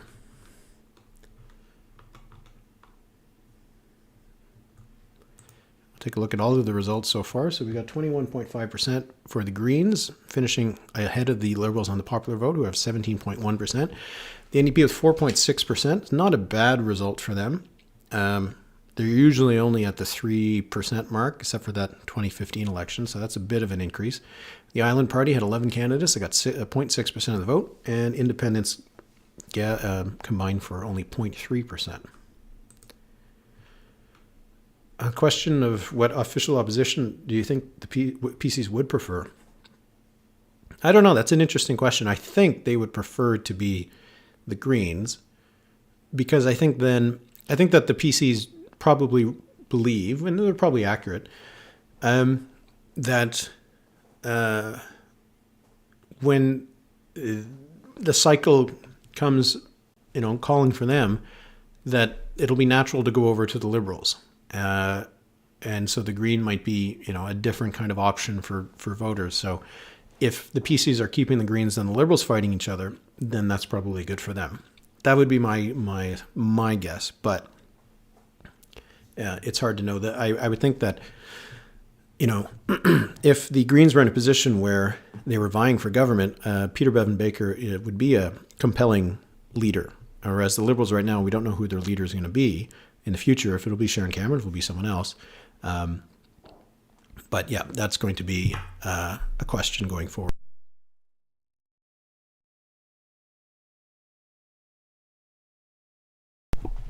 Mike Vernon, which polling company was the most accurate? I mean, we can really only assess the two that were in the field in the last few days. So it was Main Street and Forum. Both, they didn't do terrific, I would say. Main Street was closer because they had 50% for the PCs, and they're going to end up with around 56%. And they had 22% for both the Greens and the Liberals. They're going to be dead on for the Greens, but overshooting the Liberals by a bit. So if we assume that the poll was, accurate, you could say that in the last week, perhaps some of those Liberals went over to the PCs in the last stages. The Forum poll that came out late last night does not seem to have been that close. They had 47% for the PCs, so they're off by about 9 points. And they had 28% for the Greens, so they're off by 6, 20% for the Liberals. So it looks like Main Street had the closer bead on where things were. And if you think about where their poll was at the beginning of the campaign, they had less support for the Greens. So if, again, we assume that it was in the ballpark when the assessments were made, then this suggests that the Greens managed to get back some of their support. But, if you're looking at the narrative poll, they had 22% for the Greens. That's going to be dead on. They had 19% for the Liberals. That's only 2 points up. They only had 49% for the PC, so that's a bit underneath. So, and again, this was a pre-campaign poll, so it's hard to give credit to Narrative for a poll they conducted weeks before Election Day. But, none of these polls were dead on, but I think they painted a correct portrait. They helped us understand what the dynamics of the campaign were, which I think is really what you want to expect from polls. That's the most that you can expect. So in the end, I think they did a fine job. Enough. Maybe not the Forum poll. If you're going to put something out in the last minute, I don't see the point of it. But anyway, so we are just waiting on O'Leary and Verness, that last poll to report, which will decide if Liberals get to form official opposition status. Seems likely that they will, but this is what we're waiting for. Yeah, Nag Deal Life.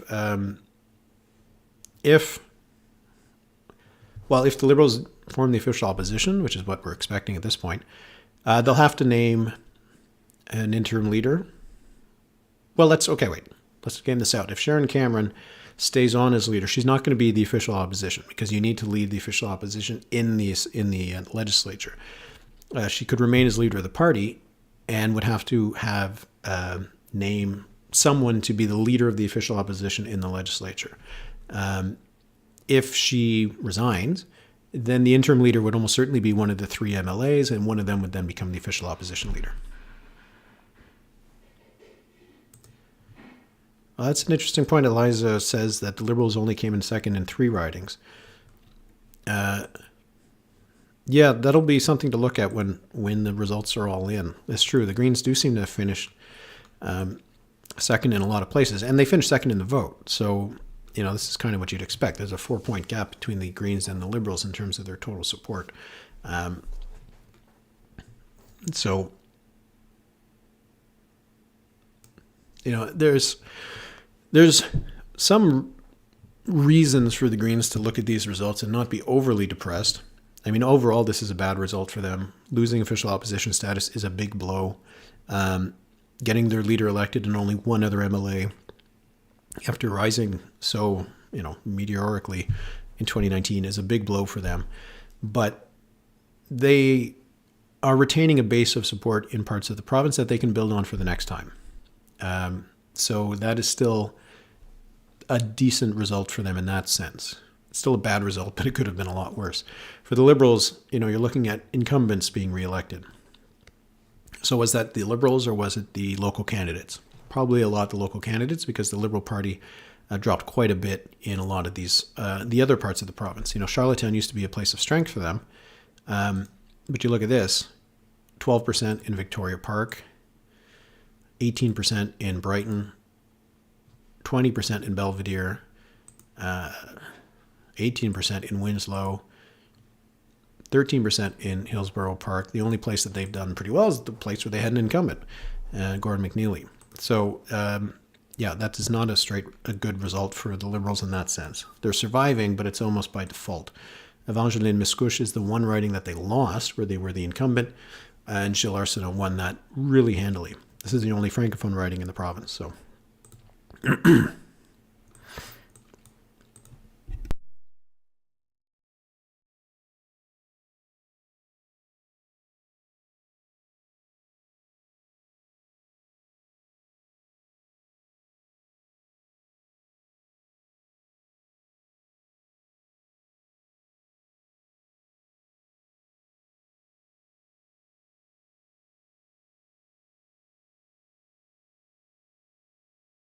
Sorry about that. I had myself on mute. We're still waiting on the advance poll in Surrey Elmira. So that's a 300 vote margin. Probably not going to be something that's going to overturn that result. This was a riding that the PCs were able to hold by 16 points last time. They don't have an incumbent on the ballot. Colin Levy not running for re-election, but nevertheless, they're probably going to hold on to that. And then O'Leary and Verness still waiting for that one poll to report. That's going to be really what decides things. And as I mentioned, it seems unlikely that this one poll district is going to overturn this 113 vote lead, but we'll wait and see.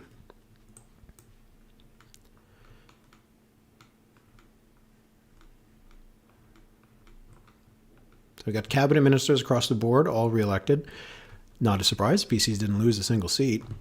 And we got two leaders who were elected. Dennis King won by a huge margin in Brackley Hunter River. We never looked at that. I'm going to take a look at that. Where's that writing? There we go. Dennis King won 68% of the vote. So he won this seat by 51 points.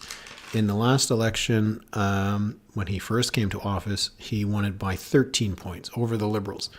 So that's a huge swing in his favor there. So a strong result for him. We'll take a look at some of the other leaders. Charlottetown Brighton, Michelle Neill finishing 4th, 7% of the vote. Always going to be a tough riding for the NDP. They just don't have that kind of strength in Charlottetown. And then the other two leaders were here in New Haven, Rocky Point. Peter Bevan-Baker winning with 43%, just edging out Donalda Doherty of the PCs, and Sharon Cameron of the Liberals finishing 3rd with only 15% of the vote. Not a strong result. Mike Vernon, if there's any implications for the next federal, I don't think we can go that far. But I find there are a few things here, right? There's a lesson, I think, for the Conservatives. The PCs in PEI are a centrist kind of party. They're a moderate kind of party. And they have a lot of success here. And you see that with some other parties, conservative parties in the other parts of the country. Nova Scotia, a bit more of a moderate PC party, very popular in the polls. You have Doug Ford's Ontario PCs, who might be a little bit more to the right than the Atlantic kind of PCs, but still a middle of the road kind of party trying to get as many people from all sides to support him. You have the CAQ in Quebec, which has some different policies when it comes to language and identity and things like that, but is otherwise a pretty moderate conservative party. So there is a model there that could be followed by a national party and could have a lot of success. So, but for the other parties, the Greens have been having trouble for the last 3 years. So this is just another setback for them, which is really unfortunate for them because this was one of their good stories, PEI, and now it's turning out to be, a bad story. And for the Liberals, again, just as I've said before, it's just another provincial party that is weakened, and that has long-term impacts on the viability of the Liberals going forward. Just in terms of replenishing them with new volunteers and staffers and candidates, and the brand is depressed at the provincial level. I've seen that in lots of different places. We're still waiting on that one poll. I think this is the one. How many polls are we waiting on? We're waiting on 4 polls across the province. And 2 of them are here in Surrey, Elmira, and in O'Leary, Inverness. The other ones, I assume, are places that are not going to decide anything. But, yeah. Just waiting for this confirmation on what's going to happen here in O'Leary, Inverness to decide what's going to happen here. But, the PCs had a gamble calling an early election, paid off in spades. PCs have led in every single poll that's been published since the 2019 election. So they knew that they had a lot of strength going into it. Dennis King is one of the more popular premiers across the country and was able to cash in on that now rather than in 6 months, because who knows what's going to happen in 6 months. And so the PCs are going to have another 4 years to govern with a big majority, which is normal in PEI. Majorities tend to be pretty big. The Liberals had 18 seats in 2015. That was a close election. But before that, they had 22 seats, 23 seats in 2007. Pat Binns was able to win 20 seats in his elections. So this is the kind of majority you often see in PEI. I'm actually surprised that the opposition was able to win 5 seats. Because with the kind of margins you have here, so let's just pause on this for a second. So the margin for the PCs here, 34 points right now in the popular vote. Historically, that has been a ticket for a huge result. Okay, when the PCs won 26 of 27 seats in 2000, they won the popular vote by 24 points. When the Liberals won 26 seats of 27 in 1993, they won the popular vote by 16 points. In 1935, the only sweep in the island's history, the Liberals won by 16 points. This kind of margin of over 30 points would normally produce a sweep or a 26 or 27 result. So it is really remarkable that these incumbents were able to survive. And it shows that in these individual ridings, voters were deciding to elect an opposition. Because based on the swings that you see elsewhere, based on the province-wide context, you would expect that a lot of these incumbents, a lot more of them, should have gone down to defeat. So it's a testament to their resilience that this isn't a 26-1 result. Although it could have been. I mean, you look at some of these seats. So Hal Perry, he won by 21 points. That was a clear victory. O'Leary Inverness, it's just a 5-point margin at this point. New Haven, Rocky Point, only 3 points. Charlottetown West Royalty, it's only 7 points. And in Charlottetown Victoria Park, it's only 3 points. So the PCs were really close to a sweep, or at least 26 seats. You give them an extra 110 votes in New Haven, Rocky Point. You give them an extra, again, 120 votes in Victoria Park. You're getting to that 24, 25, 26 seat mark. So it was really close. It was really close to a sweep or a near sweep.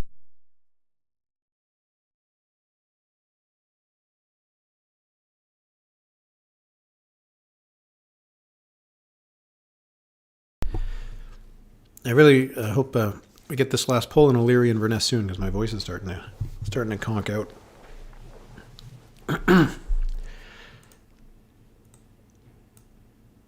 But yeah, it's been a while since there's been an election that has been a bit of a surprise. We got this campaign, which everyone expected would be a PC majority, expecting a CAQ majority in Quebec. We're expecting a PC majority in Ontario. All of this happened. We haven't had... Oh, finally, we got our last one. O'Leary Inverness, won by Robert Henderson of the Liberals. He prevails by just under 160 votes. Liberals will form the official opposition, assuming they don't have a floor crosser or something like that. And the Greens are going to finish with 2 seats. Okay, I think that means we're going to call it, because all these results have now been called. So a big night for the PCs. They win 22 seats out of 27. They jump by 15 or 7 seats from dissolution when they had 15. They jumped nearly 20 points, finishing with 56% of the vote. The Greens took 21.6% of the vote, which is a drop of about 9 points, but they drop 6 seats. This was really what happened here, is that the PCs were able to take votes from both the Liberals and the Greens, but they took seats from the Greens. There weren't that many to take from the Liberals, but it really cost the Greens here. The Liberals finished with 3 seats and 17% of the vote. 3 of their incumbents managed to survive the cull, and because of that, the official opposition will be formed by the Liberals, but their leader, Sharon Cameron, goes down to defeat because she tried to defeat Peter Bevan-Baker in his own riding, and that gamble didn't pay off. He will return to the legislature. So that was a pretty quick election night, only about 2 hours, not too bad, and appreciate you joining me throughout it. So check out the writ.ca. I'm going to have an analysis of the results up on Wednesday morning. It'll be free for everybody. It's not going to be just for paid subscribers, but if you subscribe to the writ.ca, you'll get it in your inbox as soon as it's ready. And you can subscribe to this YouTube channel. I do these live streams for elections, by-elections, general elections, the next by-elections we're looking at April 24th. There's 3 by-elections taking place in New Brunswick. So we'll do another night like this. And the Writ podcast comes up every Friday. Might have an earlier episode this week, might be on Thursday. But thanks so much for watching. And if you're in Prince Edward Island, thanks for voting. And we'll see you next time.